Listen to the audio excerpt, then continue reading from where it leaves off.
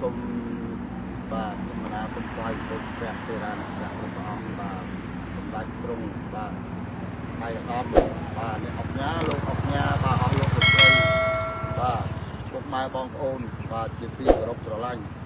តែបានចូលចិត្តអំពីការឡាយរបស់ខ្ញុំបាទTNMបាទតាមរយៈទូរទស្សន៍TNMបាទប្រចាំហើយកំពុងខ្ញុំបាទចំតបាទ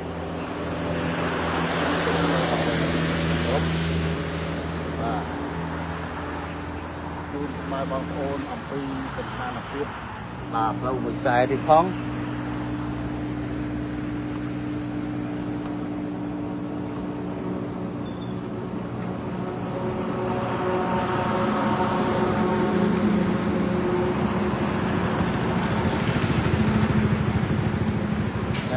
ស្ថានភាពបាទផ្លូវមួយខ្សែនេះបាទម៉ែបងប្អូនបាទផ្លូវនេះសូមគោរពក្រោមការដឹកនាំរបស់សម្ដេចពុកបាទមួយរយៈបាទប្រហែលអាណត្តិនេះបាទក៏ដូចជាសម្ដេចបវរធម្មដីបាទ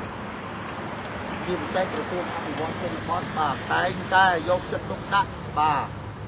ផ្សារភ្ជាប់បាទតំបន់ដាច់ស្រយាលមកពីប្រជុំជនដើម្បីឲ្យប្រជាពលរដ្ឋងាយស្រួលបាទក្នុងការធ្វើដំណើរចំណេញពេលវេលាបាទកាត់បន្ថយបាទការធ្វើដំណើរឲ្យមានភាពរហ័សដើម្បីនាំយកបាទភោគផលអនុផលព្រៃឈើឬក៏សត្វចិញ្ចឹមតាមភូមិតំបន់ដាច់ស្រយាលនេះដើម្បីយកមកលក់ដូរនៅទីផ្សារឲ្យទាន់ពេលវេលាបាទជាក់ស្ដែងដូចជាខេត្តកោះកុងត្រូវបានគេដាក់បញ្ចូលជាខេត្តតំបន់ដាច់ស្រយាលមួយបាទ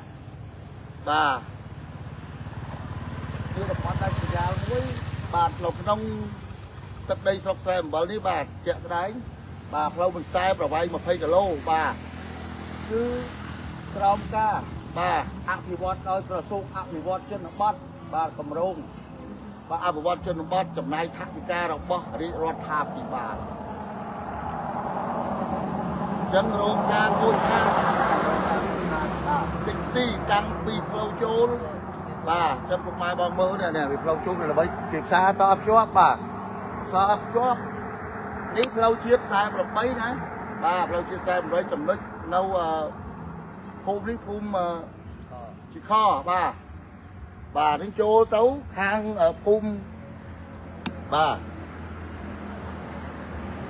ចូលទៅខាងកងឆាពុកម៉ែបងប្អូនបាទណា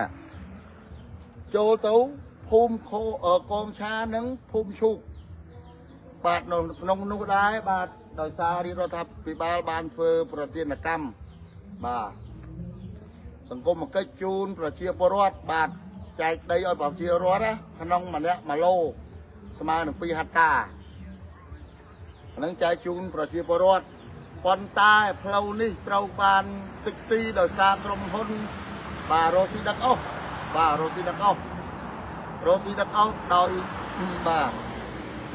មានលិខិតអនុញ្ញាតឲ្យប្រកបអាជីវកម្មដឹកអស់ហ្នឹងតាមរយៈបាទរដ្ឋបាលខេត្តកោះកុងអញ្ចឹងមួយក្រុមហ៊ុនរដ្ឋបាលខេត្តកោះកុងអនុញ្ញាតឲ្យតា30ឡូស្មើនឹង60ហិកតាក្នុងមួយក្រុមហ៊ុនណាបាទដើម្បីធ្វើអាជីវកម្មបាទកាប់អនុផលព្រៃឈើក្នុងដីប្រទានកម្មហ្នឹងបាទយកមកចែកចាយតាមក្នុងស្រុកស្រែអំបិលនិងបទុមសាគរទេប៉ុន្តែគាត់មិនមែនតែប៉ុណ្្នឹងឯងគាត់យកទៅណាយកយើងអត់ដឹងទេយកទៅខេត្តណាមិនដឹងរបស់គាត់ទេក៏ប៉ុន្តែផ្លូវនេះពុកម៉ែបងប្អូនណាមិនគួរណាយកយីដប់បាទយីដប់ហើយតត្រង់ខ្ពស់បាទចូលដាក់បំផ្លាញពេញផ្លូវអស់តាំងពីផ្លូវចូលទៅដល់បាទពុកចឹងគម្រាមពុកម៉ែបងប្អូនឲ្យយល់ចឹងពិសេសអ្នកធ្វើអាជីវកម្មត្រូវឲ្យតម្លៃទៅដល់ម្ចាស់ហត្ថលេខីដែលអនុញ្ញាតឲ្យយើងធ្វើអាជីវកម្មបាទឲ្យយើងធ្វើអាជីវកម្មណាបាទគេអនុញ្ញាតឲ្យយើងធ្វើអាជីវកម្មហើយមិនក៏យើងមិនគោរពច្បាប់គេអញ្ចឹងបាទយីដប់បាទពុកម៉ែបងប្អូនណាយីដប់ដឹកកែងខ្ទេចខ្ទី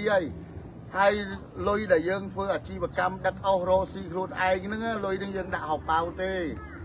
bà còn tay lâu tích tí ở hai bà lâu tích tí ở hai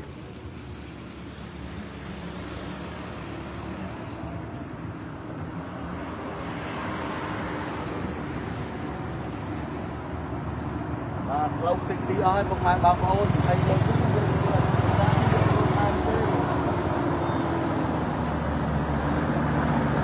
bố đấy bố đâu đâu bố đấy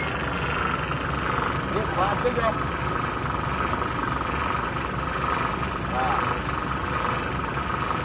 ยังผมมาบางโอนบ่าเขาเยอะละบ่ายังชมกระดกกระดารับมาแทนกระต้องบ่ารับมาแทนกระต้องยังชม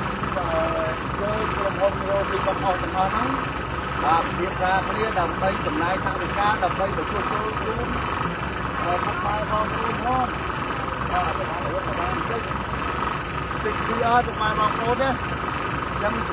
ขอจากเราอยู่มอระเบียนบ่าจูนโยมอระเบียนที่ตลอดนั่นนะจูนจะดาวlà đi qua tháp bị ba chuyên xe rồi bao cái tập không thì ta chưa được mòระเบียนบ้านนี่เราโกงหน้าเป็นมาบางโอนอะไรโดยร้ายมาไปตามกระบวนการเขาจะมีการทำการกระบวนไอ้กลางเต้คือกระบวนหมากลางเต้จะมาทำเต้บ้านจะมาทำเต้จนจะเป็นอะไรเป็นมาบางโอนมานับพาดนับอับปีมาติดอะไรที่พอรอดบ้านุ่มสมเพียรคอนฟิชชั่น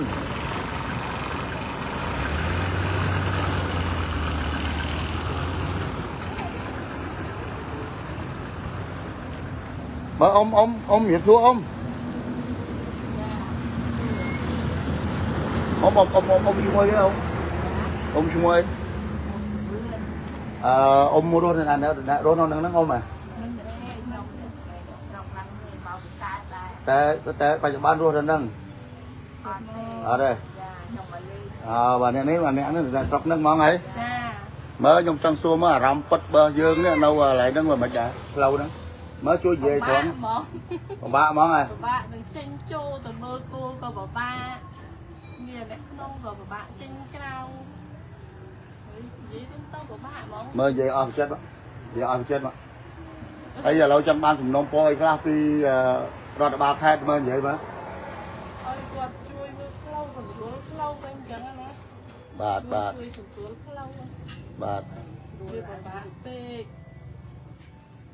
bà trong sông cà rốt đó là rốt bà khai cọc công đó bà sông chơi khang cầm hôn đặc chơi đúng không bà đặc ô năng quạt vừa chìm cam vô lôi bà quạt đã cặp áo ấy co bàn tay lâu đây trong này tháp ca đôi đi rốt tháp thì bà nâng trâu bàn tích toa mà hai trong sông rốt bà khai để trên lịch khách ăn nhát chun phụ quạt vừa chìm cam nâng á bà đã trên lịch khách ăn nhát ở phụ quạt vừa chìm cam nâng bà người ta chơi phụ quạt phong tao phải chung miềnประมาณกรมหนบ้า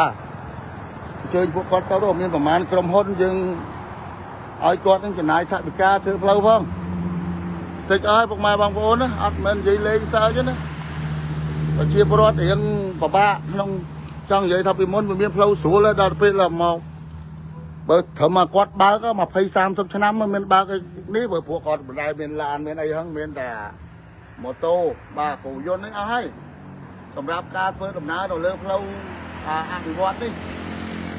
มาแล้วมาเกี่ยวกับเพื่อดำน้ำบางคนเงินเปลยะเปลอยู่นึงมันแม่นใช้แต่ทราบเราไปโค่นคาด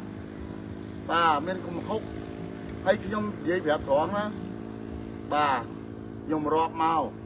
จังกะไรได้โค่นพิเฉินนึงคือบาลสเปียนนึงบาลลูว่าโค่นคาดเกี่ยดำน้